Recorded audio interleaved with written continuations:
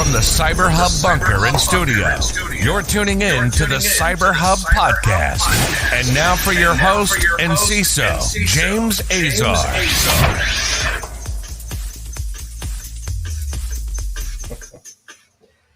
Happy Wednesday morning, everyone. August 25th, 2021. It's hump day.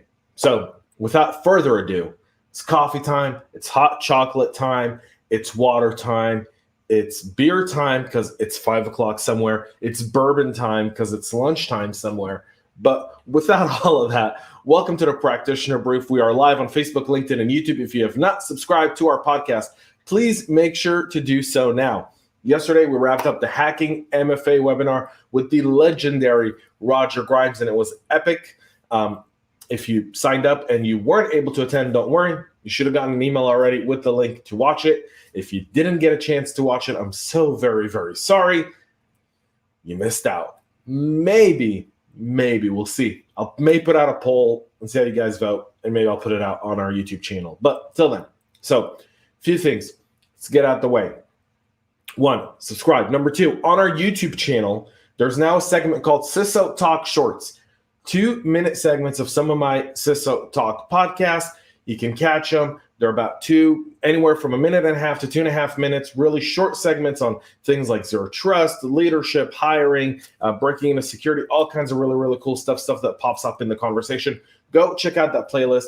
I guarantee you it's nice, bite-sized stuff that you can get out there. All right, now, shout out to Know Before and Ativa Networks, because without them, the show would not be possible. So make sure you check them out. There are more about them in the show notes.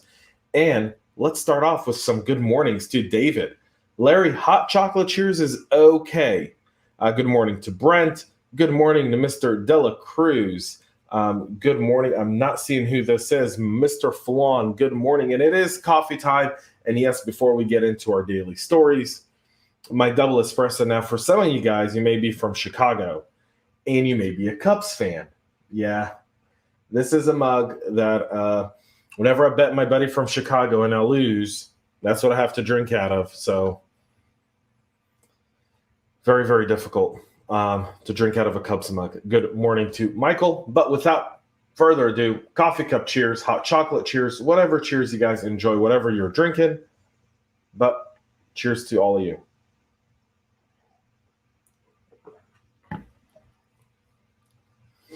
Brewing your coffee now. I love it, Michael.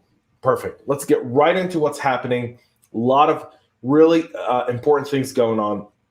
We'll start off with this one, an OpenSSL vulnerability that can be exploited to change application data. So here's the thing. The OpenSSL project yesterday announced the availability of OpenSSL 1.1.1L, which patches a high-severity vulnerability that could allow an attacker to change an application behavior or cause the app to crash. The CVE is tracked as 2021-3711. It's described as a buffer overflow related to the SM2 decryption, but a malicious attacker who's able to present an SM2 content for decryption to an application could cause an attacker chosen data to overflow the buffer by up to a maximum of 62 bytes, altering the content of other data held after the buffer, possibly either changing application behavior, causing the application to crash. The location of the buffer is application dependent, but is typically heap allocated according to OpenSSL. So keep that in mind with the OpenSSL vulnerability here. Please make sure you get this patched if you're using it. The patch is already out there. I actually spoke to someone who's using OpenSSL. They tested the patch last night, no issues on their end. So I know patching is a bit more than just go update like you would your iPhone. But nonetheless, if you're using OpenSSL, or if any one of your vendors is using OpenSSL, now would be a good time to pick up the phone. So that's awesome. Well, coffee cup cheers to Mr. McQuiggan, who's joining us from the beautiful Bahamas. Stay safe and love the cuppy cup. Thank you. I don't know who that is, and let me see. That's John Del Cruz. So thank you, John. All right, move to another story. So if you're a WhatsApp user and you're an Android user, Well, then there's some bad news for you. There's a modified version of WhatsApp for Android that's been Trojanized to intercept text messages, serve malicious payload, display full screen ads, sign up device owners for unwanted premium subscriptions, and all without their knowledge. The Trojan Triada snuck into one of these modified versions of messengers called FM WhatsApp 16.80.0, together with the advertising software development kit, according to researchers from Kaspersky. I don't know why they put Russian. Like, why does it matter? All right. This is similar to what happened with APK Pure, where the only malicious code that was embedded in the app was a payload downloader. The modified versions of the legitimate Android app, a practice called modding, are designed to perform functions not originally conceived or intended by the app developers. FM WhatsApp, built as a custom build of WhatsApp, allows users to refashion the app with different themes, personalized icon, and hide features like last seen, and even deactivates video calling feature as well. The payload, for its part, can be employed to carry out a wide range of malicious activities. It's been a while since we've talked about Android, right? Like, it's been a while. Here we go. WhatsApp, the world's most popular messaging app. I quit WhatsApp in January. Go check it out. It's actually when I started doing my Friday lives. I quit WhatsApp and Twitter and talked about it about a month after, so it was magnificent. And I still have not returned to either one of those. So take that. But nonetheless, if you know people who use WhatsApp, make sure they're downloading the right app in the Google Play Store, because Google apparently has very little interest in ensuring that their users are downloading the right approved apps. So I'll never understand that. We'll move to a next story where, Citizens Lab and their affair with NSO, like, this has to be like a bad breakup. Like, at some point or another, someone from NSO did something to someone at Citizen Lab, and Citizen Lab is just out there like a bad TV movie. The detective is just trying to pin it on someone. Here we go again. So, in case Citizen Lab hasn't gotten the memo, NSO Group is an offensive cybersecurity firm. That's their business model. They sell it to governments. Again, business model. Security researchers at Citizen Labs are now documenting a new Apple iOS zero-click exploit being used to hijack data from fully patched iPhones in Bahrain. Citizen Labs said it found technical evidence connecting the new exploit to the Pegasus software sold by NSO. The appearance of a new zero-click iMessage exploit comes just 8 months after Apple silently added a new, tightly sandboxed BlastDoor service into iOS to specifically parse untrusted data in iMessages to block zero-click exploitations. The detailed report documents the findings. Citizens Labs named a new exploit forced entry and confirmed it was capable of defeating the BlastDoor sandbox. Once confirmed by Apple, this will be the 61st documented zero-day vulnerability exploited in the wild this year alone. Security defects in Apple's code are responsible for 14 in the wild zero-day exploits. Citizen Labs, which is connected to the University of Toronto, said that forced entry exploit was used to plant Pegasus on the iPhones of 9 Bahraini human rights activists between June 2020 and February 2021. At least 4 activists were hacked by Lulu, which is a Pegasus operator that they attribute with high confidence to the government of Bahrain, a well-known abuser of spyware. Well, there you know. Apple also has issues with 0 days. Who would have thunk it? What a surprise. And Citizens Lab, just going to, like, I will give Citizens Lab an entire platform if they come up with more than NSO. As long as they're doing that, I've rejected every single opportunity for them to come speak. Won't do it because they've just got a hard on for one company.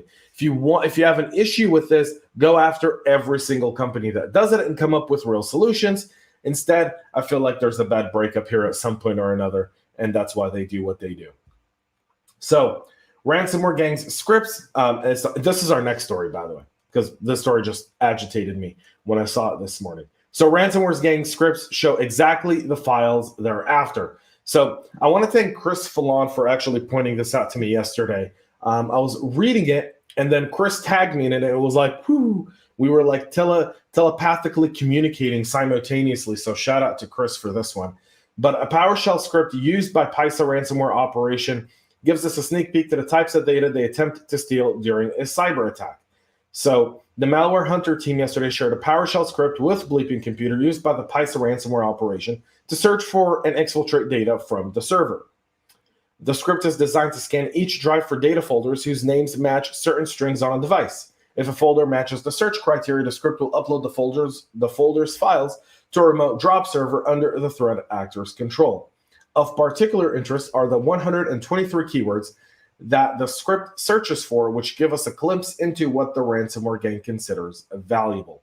And here you go. This is the full list of keywords. So here's what you want to do with this. One, take it to your business, start looking at your tags of your folder names, and maybe try to change them just a little bit. By the way, look at how they search and look at all the different ways they do this. So your DLP policies may not always work because you can't completely block every single one of these. So like finance, short for finance or form or fraud, HIR, HR, I-9s, W-9s, W-2s, W-4s. I mean, there's a bunch of stuff in here where you could tax, SWIFT, statement, and banks, bank statement. So take a look at all the stuff they're looking for and start to see if you might be able to, one, use a different name for these folders.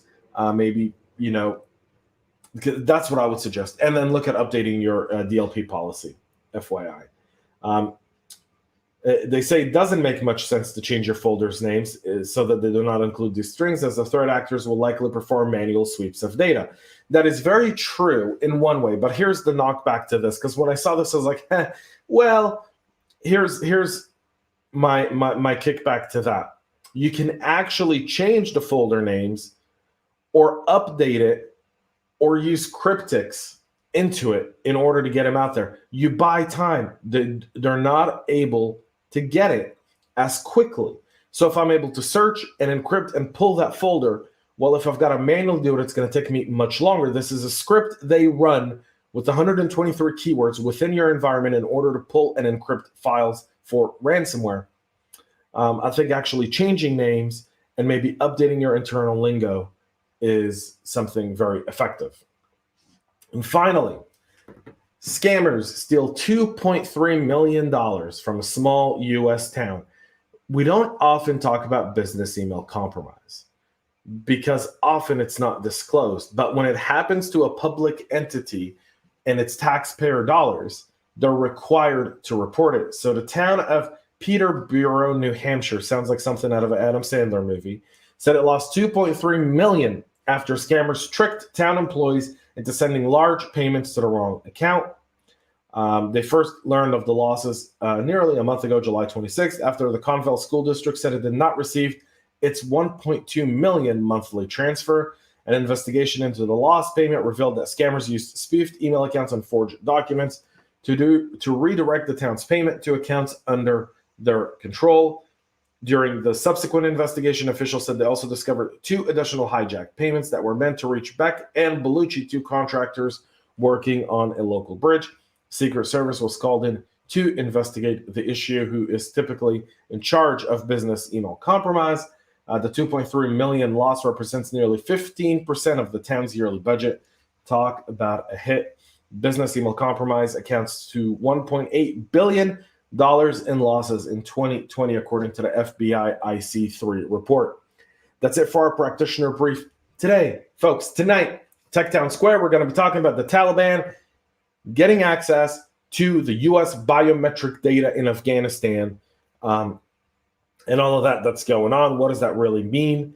And how safe are biometrics? That's on Clubhouse at 8 p.m. tonight.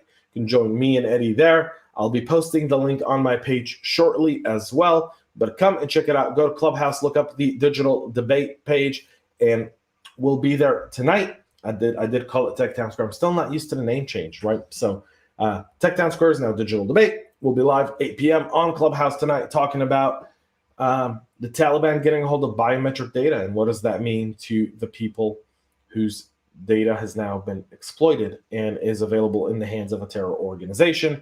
So tune into that. That'll be on Clubhouse. Tomorrow I'll be back here 9 a.m. to wrap up this week. And a CISO Talk episode drop tomorrow as well. You don't want to miss it.